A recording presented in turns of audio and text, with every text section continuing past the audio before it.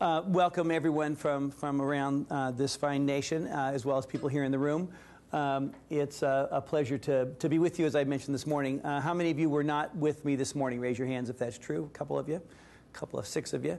I kind of know the group of people who were here this morning. I want to find out what you do for a living, what brings you to this session. My name's Darcy. I'm a high school teacher. Great, great. I'm chairman of the school board in Alberta, and we have spent a lot of money on technology. Yes, you have. yes, you have. That's good. Well, thank you for being here.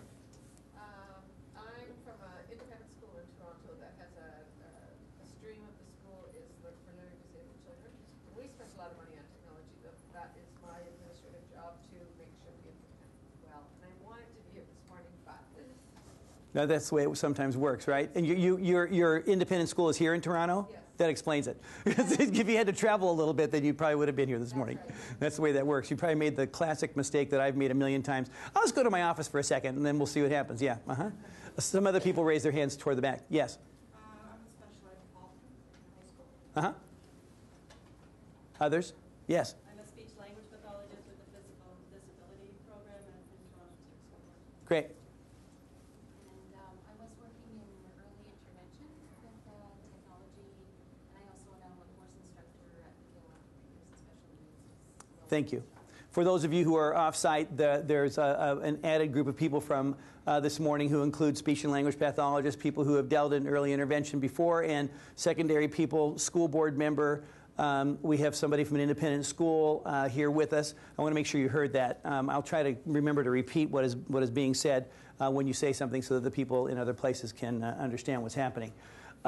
This is a nice opportunity for David and for me as well, because we really a little bit too much perhaps enjoy each other's company, and we enjoy opportunities like this to be able to interact with you. So what our intention is to make this a conversation that will show you how you can in fact synergize technology and print interventions. That's the idea.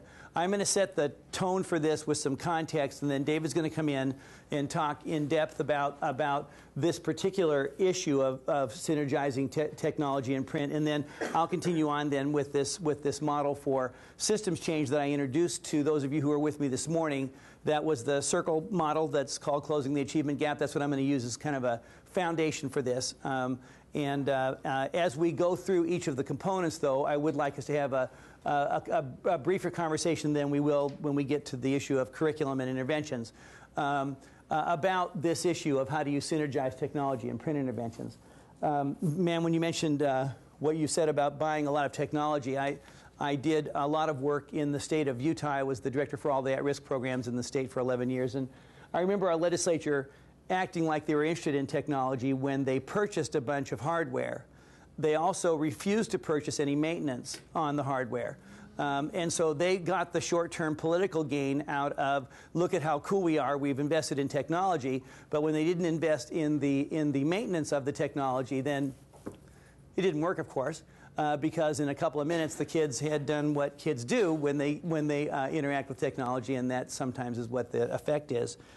So the idea of building technology in as a means to an end rather than technology as an end, I think is an incredibly important part of this message that we're going to give you.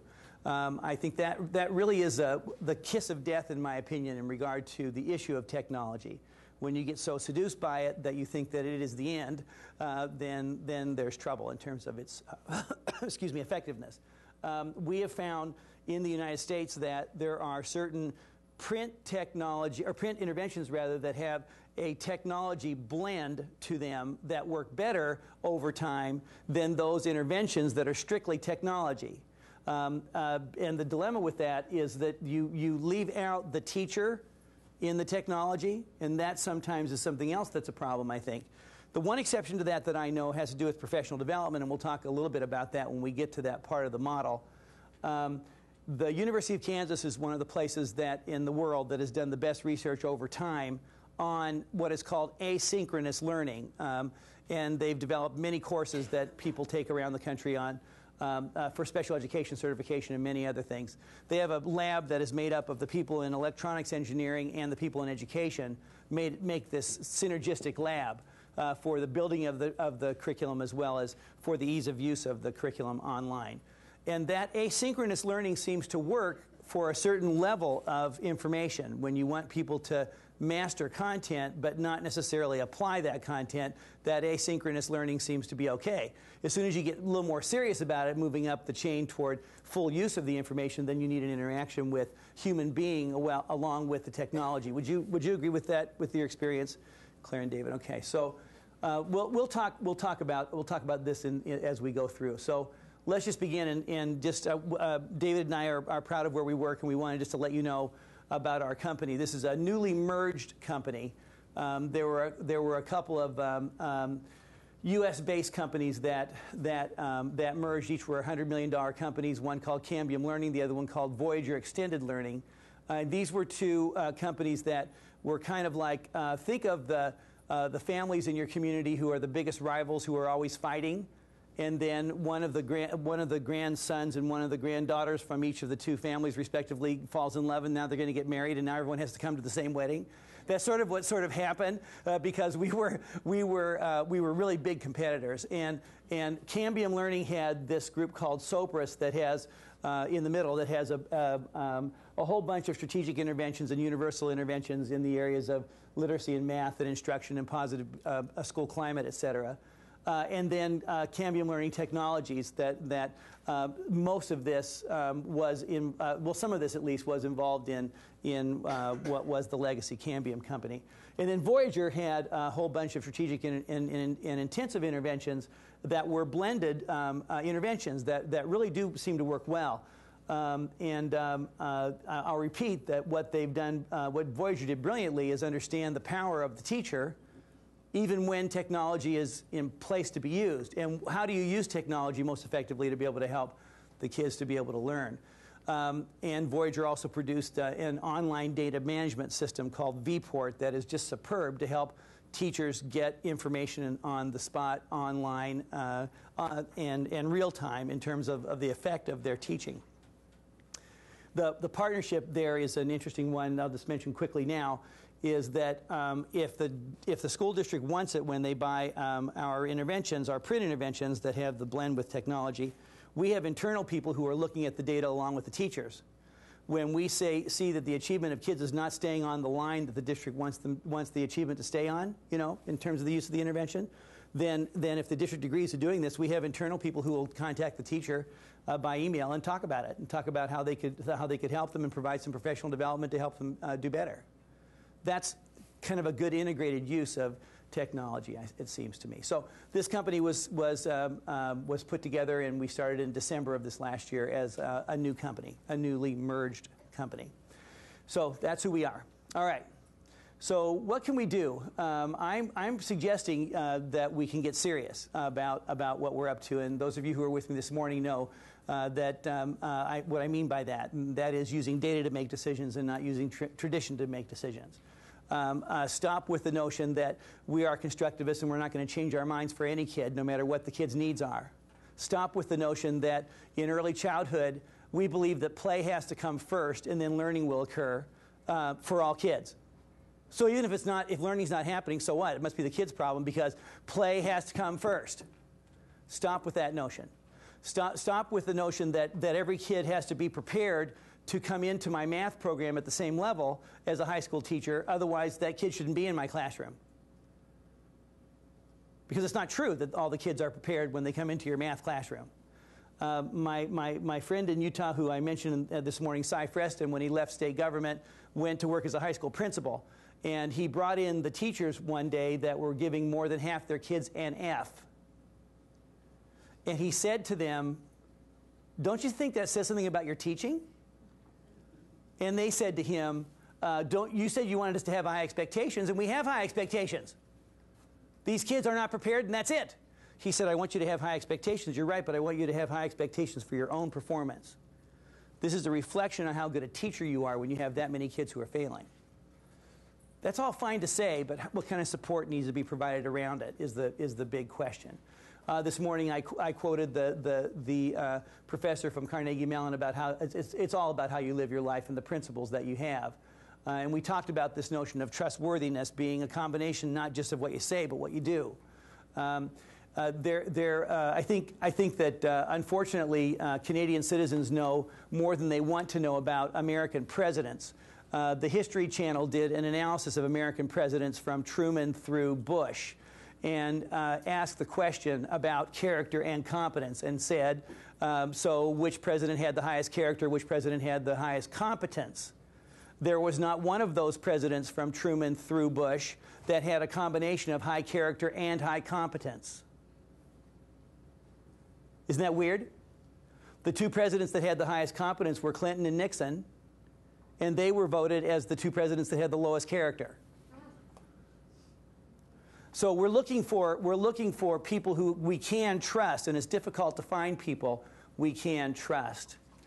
Now, a start to this, I think, in terms of how we synergize technology and print and how we actually have success with kids comes from the work of a woman named Carol Dweck, who's a professor at Stanford. She wrote a book called Mindset. How many of you have read the book Mindset? I'd really recommend it to all of you. It's a wonderful piece. It's got the perfect combination of being short and having a profound thought in it. Carol says there are only two mindsets about anything. The first is a growth mindset. The second is a fixed mindset. If you have a fixed mindset, you are less likely to be as successful as you might be. If you have a growth mindset, you have a better chance of being successful. So she gives several examples. One example from education is from a really renowned educator who did her work in Chicago, Illinois, named Marva Collins. And she didn't take no for an answer in terms of achievement of kids. Just listen to what she said to Freddie, this left-back second grader. "Come on, Peach," she said to him, cupping his face in her hand. "We have work to do. You can't just sit in a seat and grow smart. I promise you're going to do and you're going to produce. I am not going to let you fail." That's someone with a growth mindset. On the other hand, educators with a fixed mindset limit achievement. I mean, Covey's, I worked for Stevan Covey for 2 years, for those of you who weren't with me this morning, and one thing that Covey said that I think comes up a little bit later in this PowerPoint, his greatest piece of wisdom, in my opinion, is this simple model that says the way you see the world determines what you do, and that determines what you get. The way you see the world determines what you do, that determines what you get. If you have low expectations as a mindset for certain populations of kids who are in your school systems, then that leads to certain behaviors that leads to inevitable results. If you have high expectations for those same kids, then guess what that does in terms of what you do and what you get?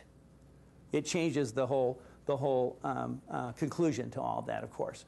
So this point about a fixed mindset really does make sense. And so she goes on to say that the growth mindset gives people this whole thing about a clear focus, all-out effort, bottomless trunk of ideas. That's why it helps their abilities to grow and to bear fruit and be successful. Rick DeFore, the father of professional learning communities, that idea said that here's the way you judge any policy and any curriculum, any technology you have. How does it impact student learning? Those that encourage learning are embraced, and those that interfere with learning are discarded, which is what we have a hard time doing. I mentioned that I'm working with the Wichita School District in Kansas, the 50,000 student district in that state.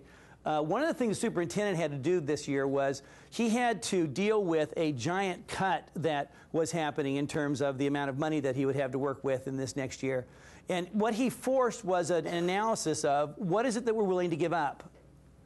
And he had about 20 things on a list, and he had stakeholders rank them. What's most important to you for the school district to do to least important?